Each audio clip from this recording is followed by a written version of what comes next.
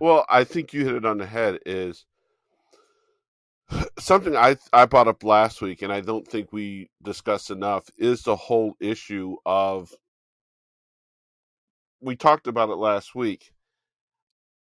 We don't know, and I remain optimistic about what happens on Tuesday or tomorrow when this is, after this is released. But I I you and I both know, and it's going to happen on both the left and the right.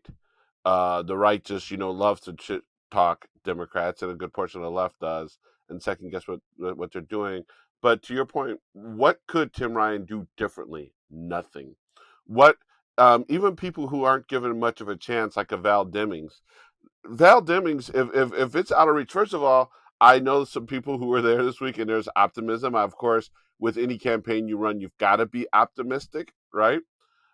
But from what I'm told, she's run a hell of a campaign. Um, you just have some really hardcore idiots, and I'm going to say that. And Biden did that today in Joliet. Biden today called the Trump protesters idiots, and of course, one of Lauren Underwood's opponents that demanded that Lauren apologize on Biden's behalf. But that being said, um, even Fetterman, who we could potentially talk about, should he have stayed in after the stroke, and was he fully transparent? Fetterman couldn't have run a better campaign.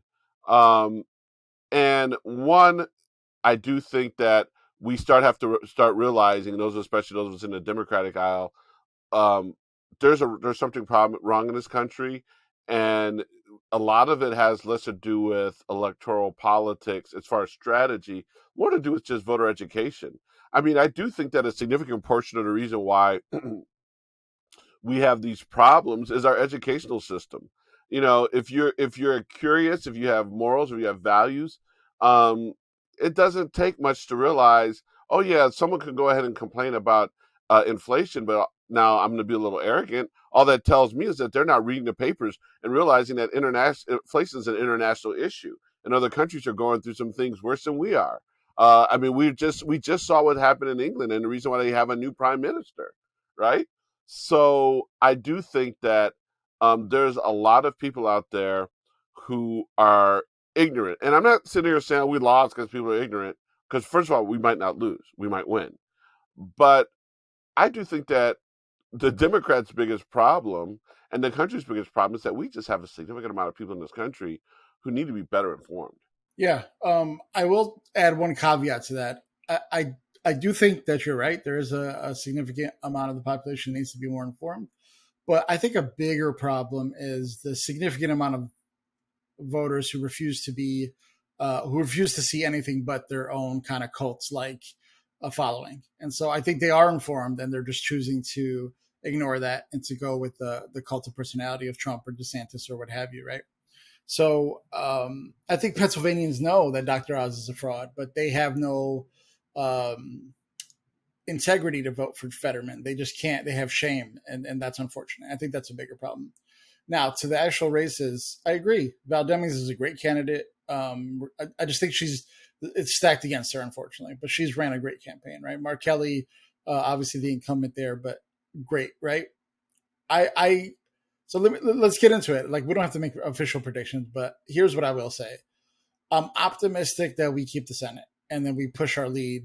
I think we win Ohio and Pennsylvania, at least. I think we keep Georgia, we keep Arizona, we flip Pennsylvania, Ohio, and then we'll see about the rest. But that's what I think we get What to. about what about North Carolina?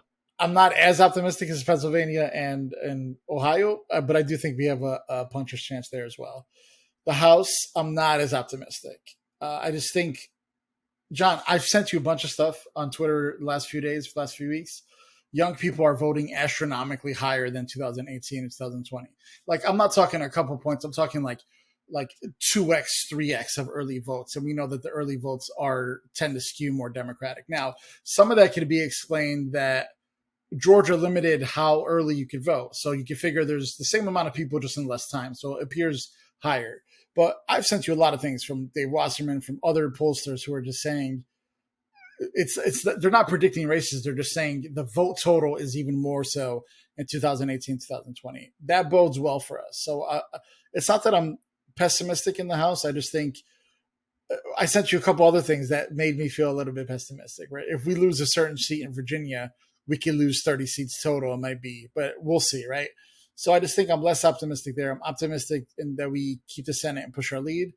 And although it doesn't look great, I'm pretty optimistic in Texas and Georgia for the governorships. I think that will be, even if we lose the House, if we could flip a seat like Texas, it bodes well for the country because I think people are paying attention. I called my cousin in Arizona, John. I said, I'm just calling to make sure you're voting. And she was jokingly said, oh, yeah, we're voting for Blake Masters and Carrie Lake. And I was picking her brain about it. And she said, everybody loves Carrie Lake 5 years ago. And she just completely is a different person. And she told me straight up, they are terrified. They are terrified of Carrie Lake winning. And so I think that if we hold on to some of these governorships or flip them, it also says a good thing about Democrats, whether or not we flip the House or not. But just to be on record, if we just keep the Senate, it would be a masterful job by the Democrats and a massive accomplishment for us to keep the Senate.